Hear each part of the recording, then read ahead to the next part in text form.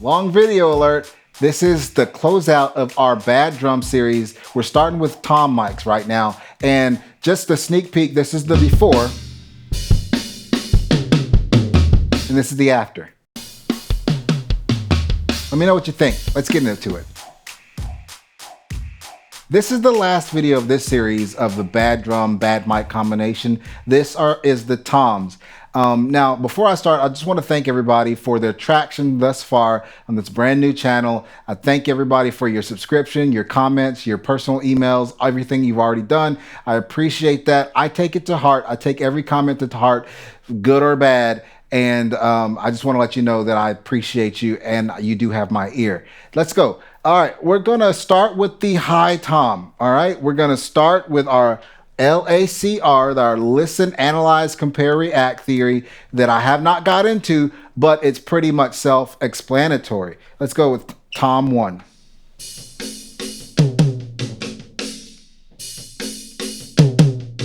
Okay, let's look at this. What's going on? Okay, now I think this is a CAD mic, and this is, I believe, the CAD tom mic, which it is already tailored for the tom, so it's not going to really pick up any of this low frequency here. So we'll add a low cut, just because that's what I'm used to doing, and that's what I teach, to go ahead and add that anyways. Okay. And we're seeing that we do have some of this, 460 area, this right here, that really doesn't sound good. So we'll probably end up taking this out. Maybe even this. This is probably like 200. We're having some good high frequency attack here, and that's good. And we do have a contoured, on this mic, it is a contoured frequency response, as you can see. So it's halfway doing the work for you. So let's see if we can make it sound a little bit better.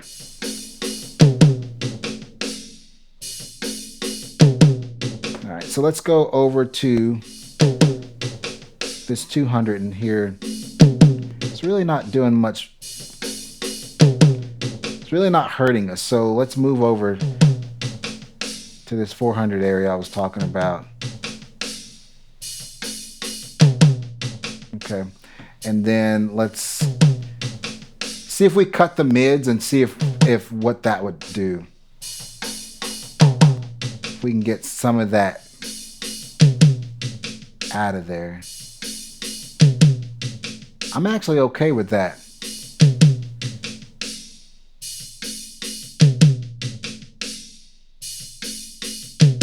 I think that with that mic, given what it is, if we had a better drum, a better drum miking technique as well, probably wouldn't sound that bad. I don't like the way it's picking up the high frequency of the hi-hat, but whatever.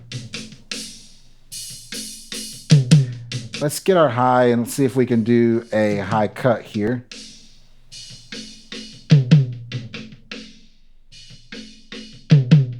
See when we do that, we cut into our attack.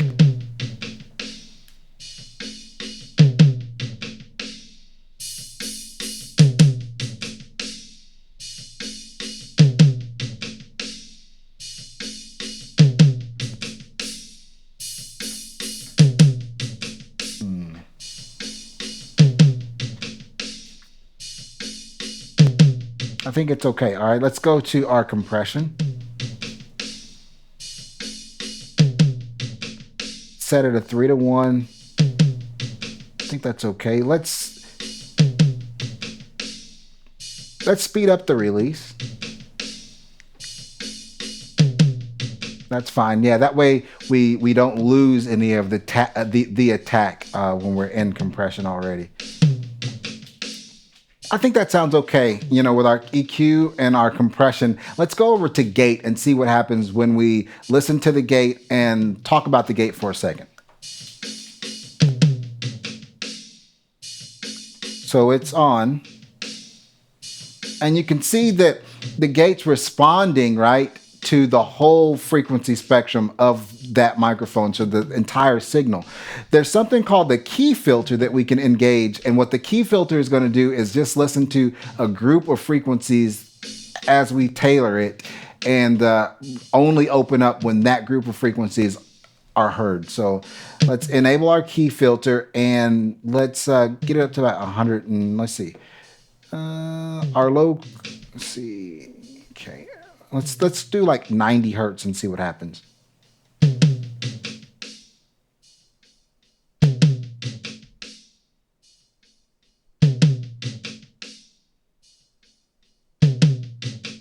Okay, and then our release time, since I'm a little old school, I like to let the toms ring out a little bit. So my release time is probably going to be about 100 second or 1 second or 1,000 milliseconds here. Okay, and then let's go ahead and adjust our range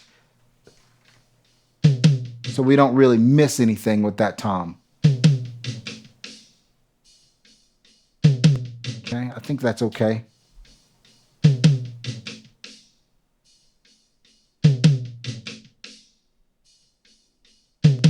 Okay, I think that's all right. Let's go ahead and move to the tom 2 here.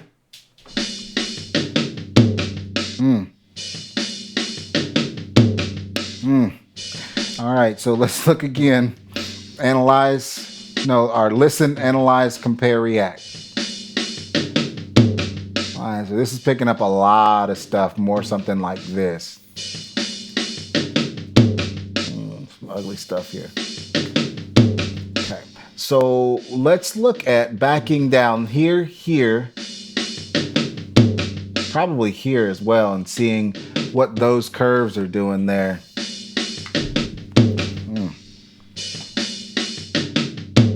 Let's listen to hear what that sounds like. Oh, yeah, that's that. Yeah, you hear that? Ugh. Okay.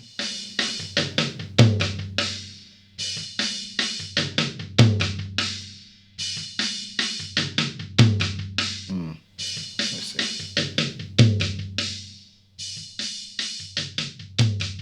I'm just trying to see what we'd do, like if we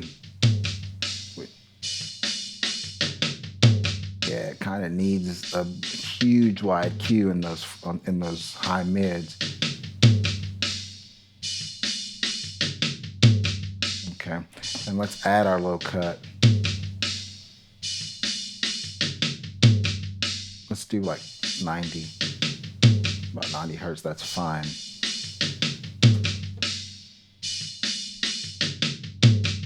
Let's increase our low frequency. I try not to go above the 0 line with the lows, because we're already having that come in a lot. So if it's already boosted here, you know, just coming in naturally through the mic, I don't ever see again a reason to make this big M and add more low frequency, because it's already there.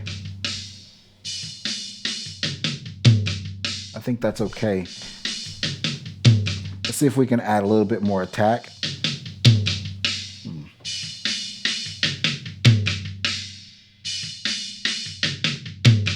Okay, I think that's okay. So let's go to our compression and see what happens if we turn that on.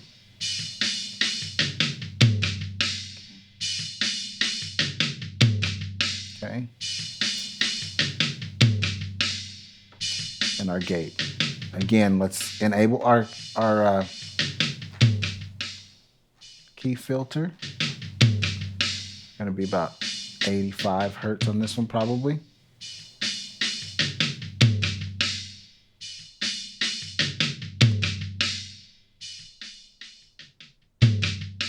Okay.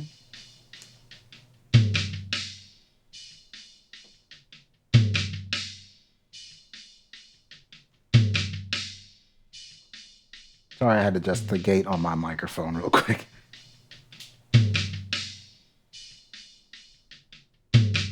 I think that's okay. Let me get into compression a little bit more.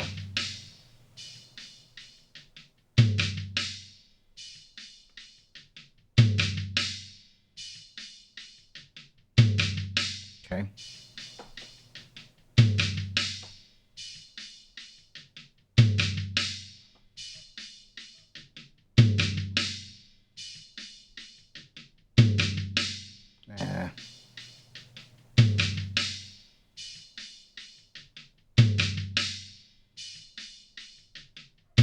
I think that's okay. All right, so what I like to say too is, you see the way this EQ looks? It looks really bad. It really does. But I always, now that we have the luxury of having a spectrum analyzer, we kind of see what the mic is doing, right? And so we can correct what that mic is doing or what it's picking up or anything like that using our spectrum analyzer. So in the grand scheme of things, this isn't really that bad compared to what the mic is actually doing. So I always say, don't get overly caught up with what your EQ looks like. We want to get caught up more with what it sounds like. What is the end process? You know, what is the end goal? What does it sound like at the end? Like I always say, this is just my personal preference. I have something against boosting frequencies that's already there. But if this works for you and this is your workflow and it doesn't get you in trouble, by all means, you know, this is what this channel is about. This is what audio is about. It's about how you paint, you know, and your tools and how you use your tools. And if you understand what you're doing and it's giving you a great result or the result that you're looking for, then it's not bad. It's not wrong. Okay, so let's look at it. Let's unmute both of these. Okay, let's get them out of each other's way. So we're going to create a stereo image here. So we're going to pan the high tom to the left and the mid tom just right in the center. I like that. Okay, let me explain something about that too, because most of us, when we play air drums, we play the drums as if we're sitting behind them. So even though when we're looking at it on TV or something like that, we see the drummer hit the high tom, when we're looking at it on TV, it's actually on our right side. But when we're listening to it and we're subconsciously playing air drums, because everybody does it, we always hit the tom, unless you're left-handed, we hit it on the left side. So I like to pan my drums as if I'm sitting behind the drum. To each his very own, that's just what I do. Let's listen to the low tom.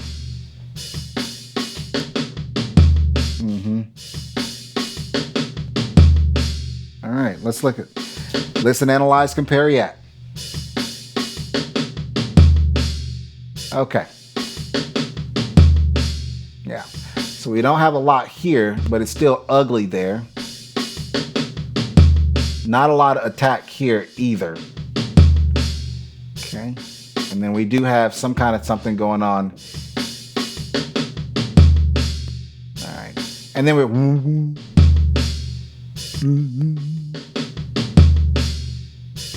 You hear that resonant?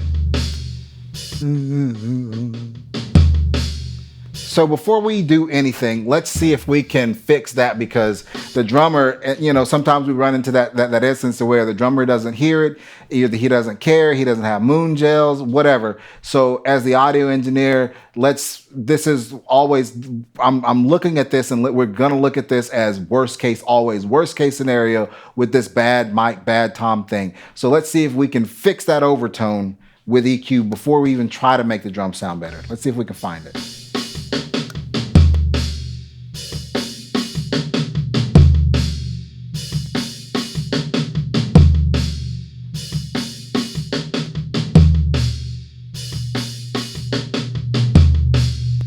There it is right there. You hear? What that is? That's 124 hertz. So let's back that all the way out.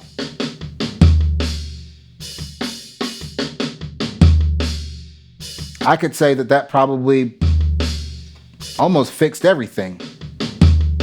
Let's oh, I hate when that happens. Add our low cut. That's fine. Let's trade and let's do that. What we're doing, 124.7. Yeah, let's do 124.7 here and then get there. And that way we can use this band to do something else, huh? Our low mid.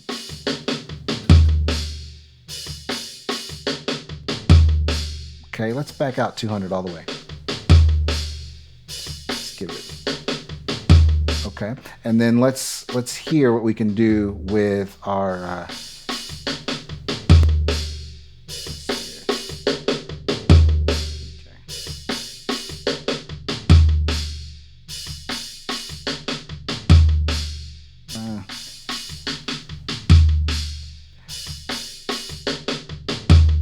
think that's fine. Let's add some attack here.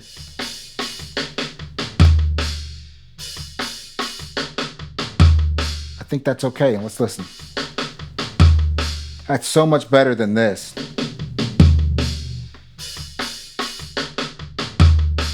You hear that without it? You hear the overtone? And this is with our correction. So already we made some progress. Let's go to our compressor and see if we can add that. That's too much. Let's go down to a 2. I'm okay with that.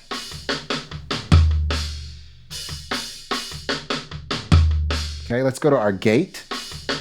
Again, we're gonna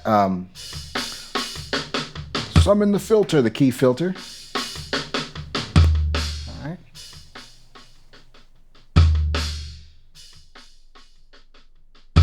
Okay, and then let's bring our attack down so it'll attack faster. That way we're not losing that attack, that transient, because we don't have a lot on this tom to start with. I think that's okay. All right, let's hear it in context with it panned to the right with the 3. Okay.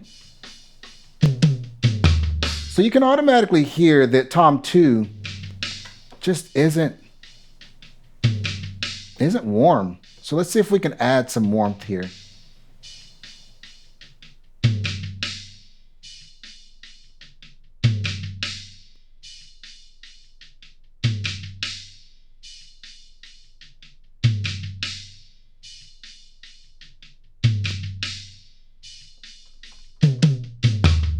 Okay.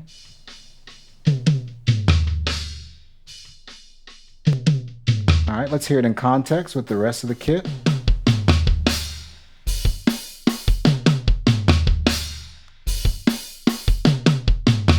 All right, so we made a big old M right here now, didn't we? So we did make an M. But we didn't do this. We didn't add a whole bunch here, okay?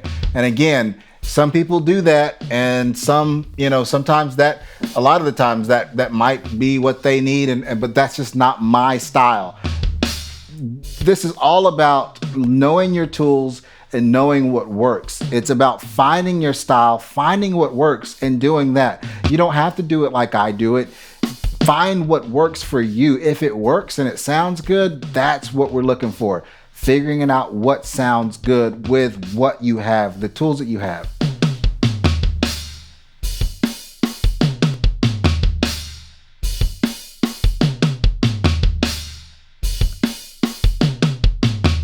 All right, so let's listen to what it sounded like before.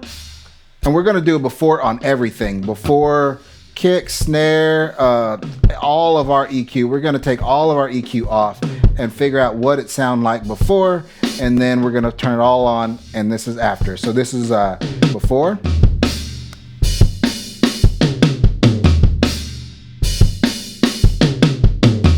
Okay, this is our kick, snare. We didn't talk about the hi-hat. Tom 1, Tom 2.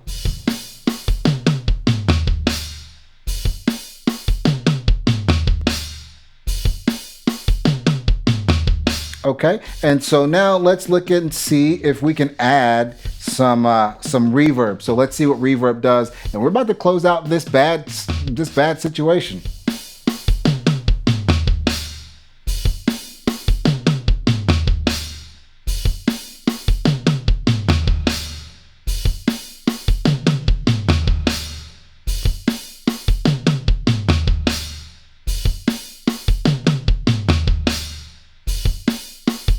All right, so let's go to our return on that effect, and let's turn some of this high mid here that we have right here. Let's get that out there.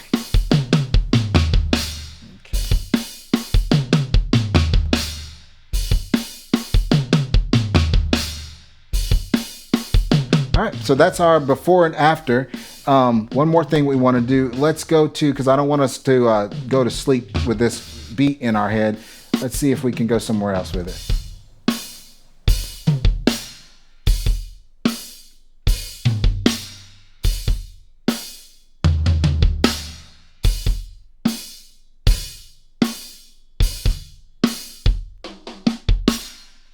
He had an 8-inch tom here.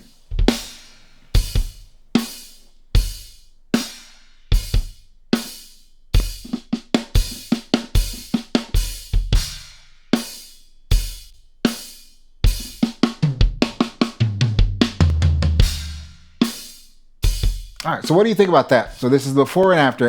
You know, that's what we're all about, trying to figure this out together.